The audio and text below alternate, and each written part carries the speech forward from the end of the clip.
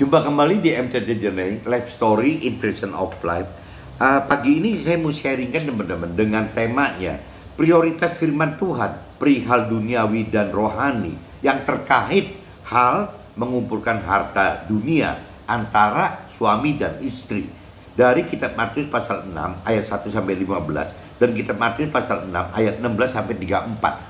Inti dari tema pagi ini teman-teman, ini kadang-kadang kebingungan teman apabila kita membaca kitab Matius pasal 6 ayat 1-34, khususnya di kitab Matius pasal 6 ayat 33. Di situ dikatakan carilah dahulu kerajaan Allah dan kebenarannya, baru yang lain-lain semuanya itu akan Tuhan tambahkan. Nah, makna mencari Tuhan dan kebenaran firman Tuhan, firman Tuhannya gitu. Ini siapa yang lebih dominan teman antara suami dan si istri gitu. Nah ini kadang-kadang salah kaprah teman-teman. Nah ini nanti pagi ini saya coba mau sharingkan, saya menjelaskan apa sih maksudnya sharing pagi ini dengan tema tersebut gitu. Ini sebelumnya saya bacakan dulu teman-teman di kitab Matius pasal 6 ayat 1-4. Secara firman Tuhan katakan, judul perikopnya itu hal memberi sedekah teman-teman. Jadi ingatlah jangan kamu melakukan kewajiban agamamu di hadapan orang supaya lihat mereka. Karena jika demikian kamu tidak beroleh upah dari Tuhan Allahmu yang di sorga. Jadi apabila engkau memberi sedekah, janganlah engkau mencanangkan hal itu seperti yang dilakukan orang munafik di rumah-rumah ibadat dan di lorong-lorong supaya mereka dipuji orang. Aku berkata kepadamu, sesungguhnya mereka sudah mendapat upahnya. Tetapi jika engkau memberi sedekah, janganlah diketahui oleh tangan kirimu apa yang diperbuat tangan kananmu. Ya, hendaklah sedekahmu itu diberikan dengan tersembunyi, maka Tuhan Allahmu yang melihat yang tersembunyi akan membalasnya kepadamu. Nah ini kalau secara inspirasi saya teman-teman, di kitab Matius pasal 6 ayat 1-4, hal beribadah adalah pribadi antara kita dengan Tuhan, tidak perlu dipertontonkan dan juga tidak perlu ditonton gitu. Ibadah yang dimulai dengan mau mencari Tuhan dan firman-Nya, lanjut dengan belajar, mengenal dan mengerti serta melakukan firman adalah perintah yang dari Tuhan. Jadi pengalaman saya teman-teman, biasanya untuk pasangan suami istri, kadang-kadang pihak suaminya sudah, misalnya pihak suami sudah mendahului ya belajar mengenal, mengerti akan firman Tuhan lebih maksimal, istrinya malah nonton. Mestinya kan bukan begitu gitu. Ya mesti istri juga bukan nonton, tapi istri juga harus melakukan seperti yang suami lakukan. Begitupun sebaliknya teman-teman. Ada juga yang istrinya sudah belajar untuk mengenal, mengerti akan firman Tuhan, tapi suaminya nonton gitu. Lah, urusan firman Tuhan itu kan bukan, suami istri kan bukan saling nonton. Bagaimana caranya suami istri itu ya benar-benar belajar berdua gitu, belajar masing-masing pihak belajar untuk mengenal, mengerti akan firman Tuhan, bukan untuk nonton atau dipertontonkan. Intinya belajar firman Tuhan seperti itu teman-teman. Nah ini kalau saya lanjut di kitab Matius pasal 6, 5-8, perikopnya itu judulnya hal berdoa teman-teman. Nanti kita pecah dua gitu. Jadi ini saya bacakan dulu sampai ke ayat 5-8 aja. Dan apabila kamu berdoa, janganlah berdoa seperti orang munafik.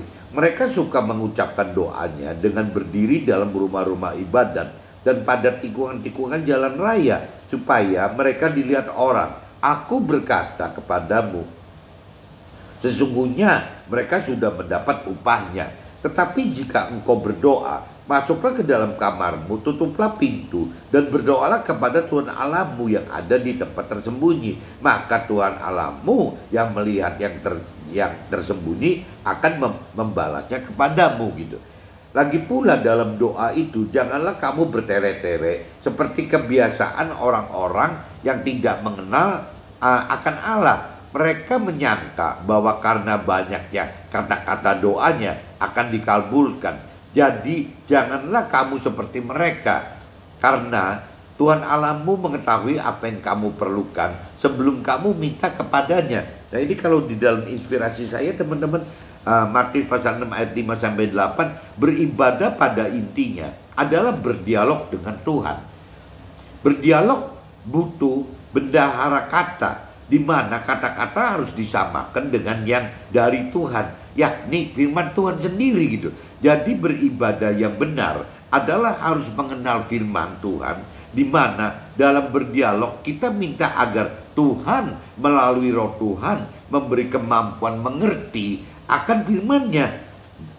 Jadi tidak cukup beribadah hanya dengan doa-doa pribadi atau doa-doa ritualnya saja, teman-teman. Jadi kalau kita belum mengerti akan makna beribadah, berdoa itu, teman-teman, ya akhirnya kadang-kadang banyak sekali orang yang berdoa itu istilahnya secara pribadi, berdialog, melemparkan apapun juga isi hatinya, itu namanya kan curhat, teman-teman.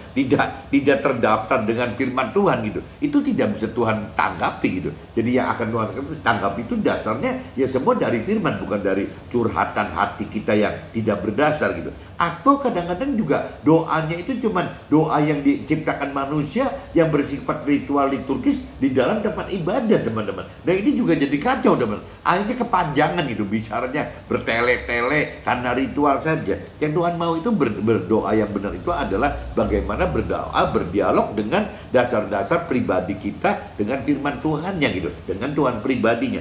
Intinya itu, teman-teman. Nah kalau saya lanjut lagi di kitab Matius, teman-teman, kitab Matius pasal 6 ayatnya ke 9 sampai ke 15, teman-teman.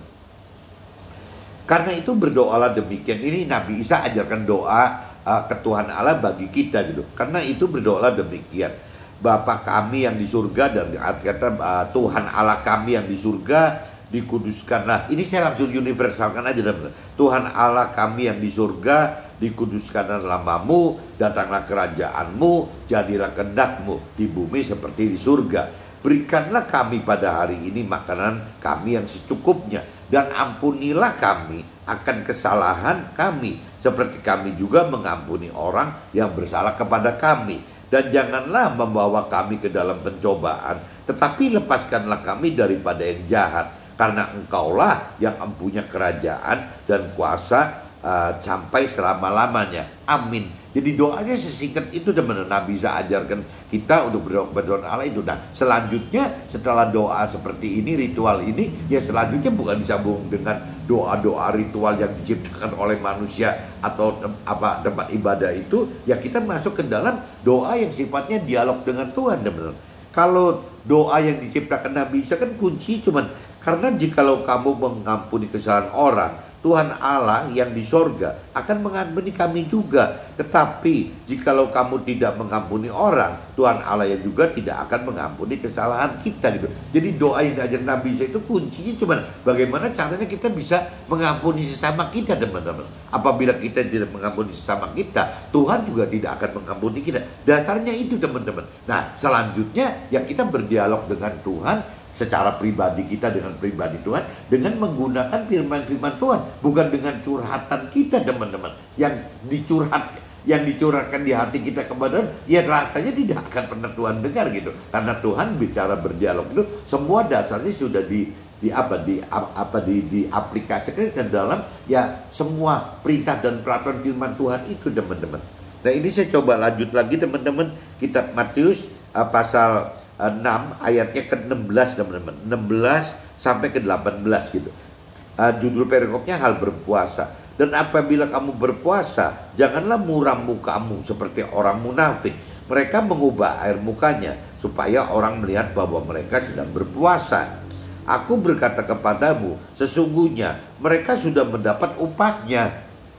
Tetapi apabila kamu berpuasa, minyakilah kepalamu dan cucilah mukamu, supaya jangan dilihat orang bahwa engkau sedang berpuasa, melainkan hanya oleh Tuhan Allah yang ada di tempat tersembunyi. Maka Tuhan Allah yang melihat yang tersembunyi akan membalasnya kepadamu.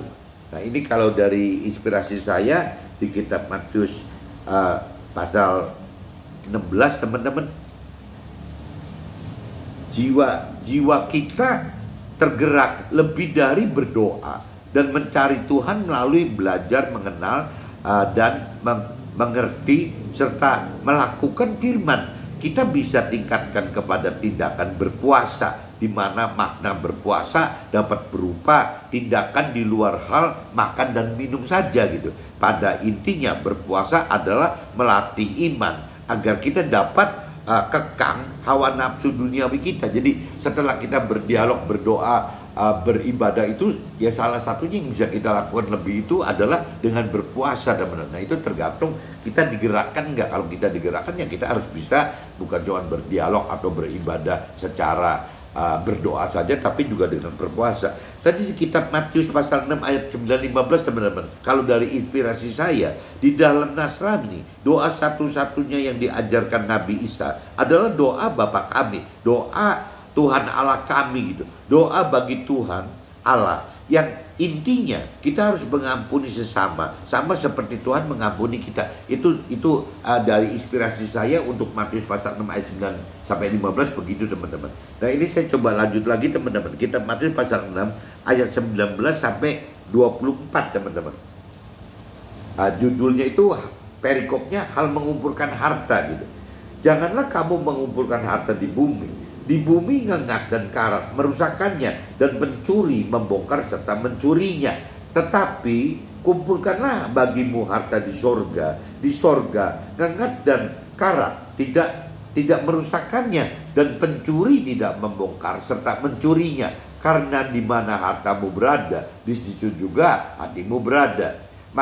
Mata adalah pelita tubuh. Jika matamu baik, teranglah seluruh tubuhmu. Jika matamu jahat, gelaplah seluruh tubuhmu. Jadi jika terang yang ada padamu gelap, betapa gelapnya kegelapan itu gitu.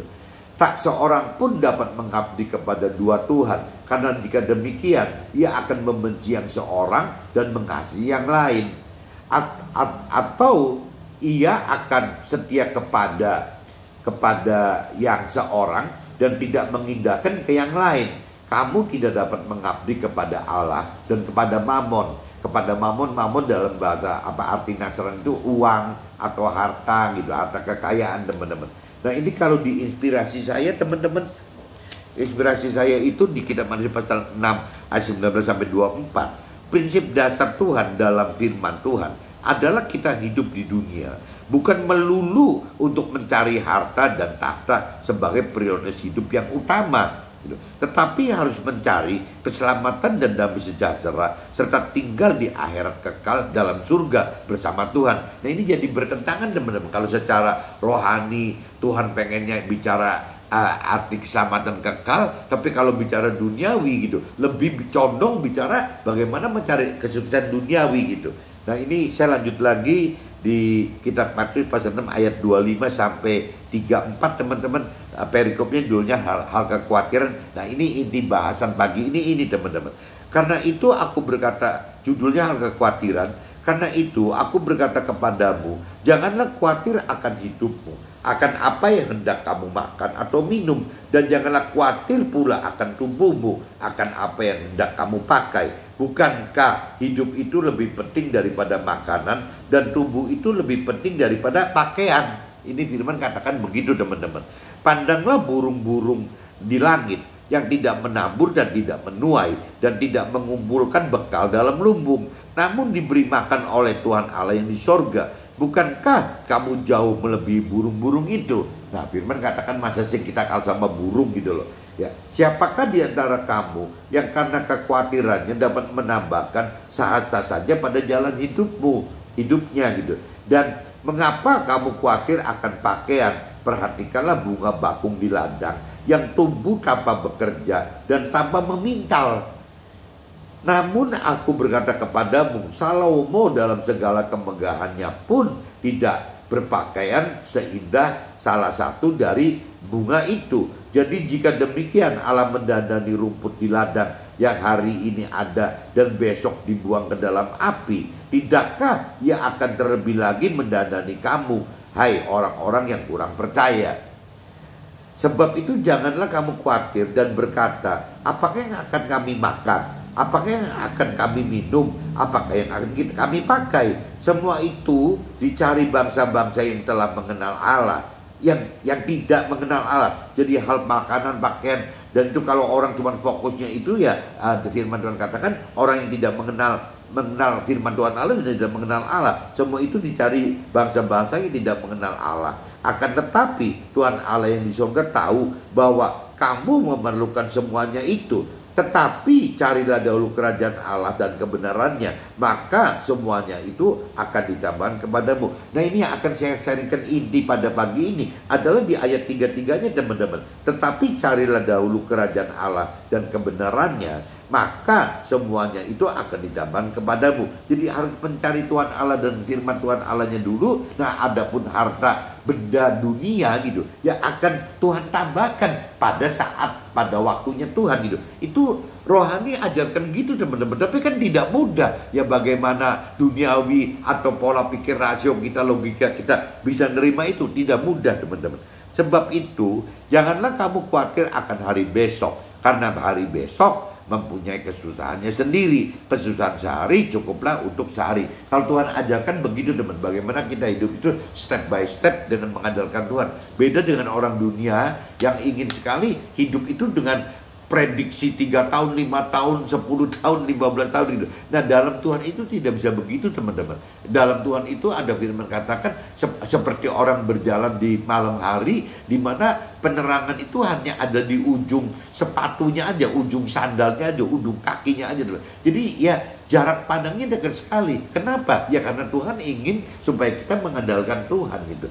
Nah, ini di inspirasi saya teman-teman. Kalau di kitab Matius pasal 6 ayat 25 sampai 34. Maka firman Tuhan dalam Matius pasal 6 33 tadi tentang prioritas kehidupan itu kan ujungnya kan mencari Tuhan dan firman Tuhan atau mencari harta benda gitu. Tapi kalau dalam sisi rohaninya berarti kan kita mesti mencari Tuhan dan firman Tuhan dulu. Nanti bukan kita mencari, tapi Tuhan akan tambahkan untuk hal-hal yang harta benda tadi, hal-hal duniawi tadi teman-teman. Nah, dalam realitanya teman-teman, apabila kita belum menikah, ya bukan pasangan suami dan istri, itu aja nggak mudah teman, menjalankan, mendahulukan hal rohani dengan duniawi, mendahulukan mencari Tuhan, pribadi Tuhan dan firman Tuhan dibanding harta gitu. Itu aja nggak mudah teman. Apalagi kalau terjadi di dalam situasi kondisi orang yang sudah menikah, yang sudah berpasangan, ada suami dan istri.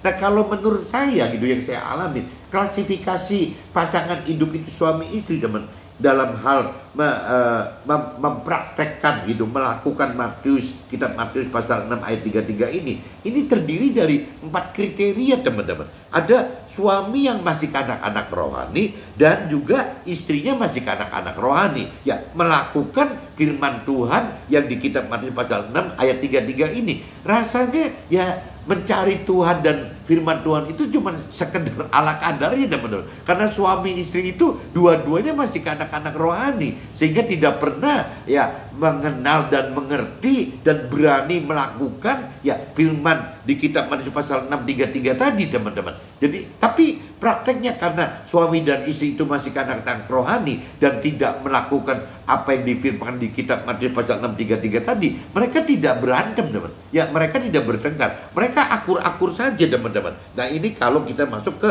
suami kanak-kanak rohani dan istri yang kanak-kanak rohani, berarti ujungnya ya akur-akur saja gitu. Nah, ini akan timbul mulai problem teman. Waktu suami dewasa rohani tetapi istrinya kanak-kanak rohani, dan ini kan sudah tidak balance teman-teman. Berarti mulai ribut gitu. Yang namanya si istri akan menekan kepada suaminya yang sudah lebih dewasa rohani karena lebih melakukan firman Tuhan gitu. Nah, begitupun yang alternatif ketiga, apabila kebalik suaminya kanak-kanak rohani, istrinya yang malah sudah dewasa rohani. Nah, ini juga sama teman-teman. Suaminya akan menekan ke istrinya yang sudah lebih dewasa rohani gitu. Nah, ini yang satu bicaranya bagaimana bicara target hidup itu sukses duniawi si suaminya, tapi si istrinya malah sudah target itu selamat akhirat. Ini udah beda loh. Nah, yang terbaik itu teman-teman apabila suami dewasa rohani dan istri dewasa rohani. Dan ini bisa saling mendukung teman. Nah, ini target hidup suami istri itu harusnya begitu teman. Bagaimana kita bisa dewasa rohani dan istri juga dewasa rohani. Jadi prioritas yang saya maksud tema hari ini, prioritas firman Tuhan perihal duniawi dan rohani yang terkait hal mengumpulkan harta atau mencari Tuhan pribadi dan firman Tuhannya, ya antara suami dan istri. Maksudnya ini teman. Oke teman-teman, see you, bye-bye.